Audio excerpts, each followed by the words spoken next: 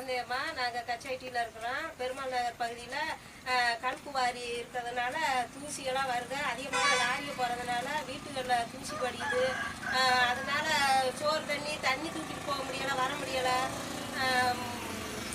என்னென்ன போல நோய் பிரச்சனைனால இருக்கிறதுனால எங்களுக்கு ரொம்ப தொந்தரவாக இருக்குது, கஷ்டமாக இருக்குது. அதை நீங்கள் சரி பண்ணி எதனாலும் ஒரு முடிவு பண்ணி அதை நிறுத்தணும். இதுவே எங்களுடைய கோரிக்கை. ஆடு மாடு ஓட்டிட்டு போக விலக முடியல, வர முடியல. தூசி இருக்கிறதுனால நாங்கள் 10 வண்டி இங்கிட்டு இருந்து அங்கிட்டு போறதுனால நாங்கள் ஒரு அரை மணி நேரம் நின்றுதான் போக முடியுது. வண்டியெல்லாம் நிப்பாட்டுறாங்கல்ல. இருக்கிற குழந்தை குட்டிகளை கூட நாங்க காப்பாற்ற முடியாது இருக்க. நாங்க இருக்கிறோமோ இல்லையவோ எங்க வீடு வாசலாம் விருவோடி கீழே சாய போகுது. எங்களை எப்படின்னா காப்பாத்துங்க. நாங்க சிறு விவசாயிதே நாங்க. அதனால ஆடு மாடு ஓடக்குள்ள ஓட்டிட்டு போக முடியல. அந்த ஓடையில தான் அந்த கல்லுக்கு ராரி ஊரா வந்துகிட்டு இருக்குது. நாங்க சின்ன மாடு ஆடு கூட ஓட்டு போக முடியல சார். எங்களால இருக்கவே முடியல.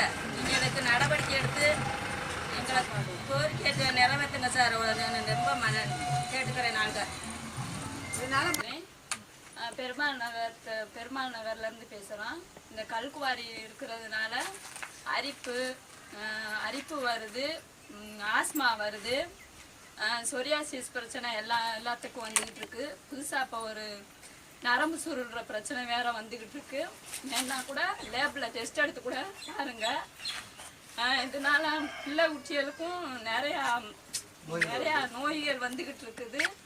நாங்கள் வந்து தெருவில் இருந்து தான் தண்ணி எடுத்துகிட்டு போய் குடிச்சுக்கிட்டு இருக்கிறோம். தண்ணியிலையும் சுத்தம் இல்லை. அந்த தண்ணிகளை குடிக்கிறதுனால கல்லடைப்பு பிரச்சனை வேற வந்துக்கிட்டு இருக்குது. இதனால பல பிரச்சனைகள் வந்துக்கிட்டு இருக்குது.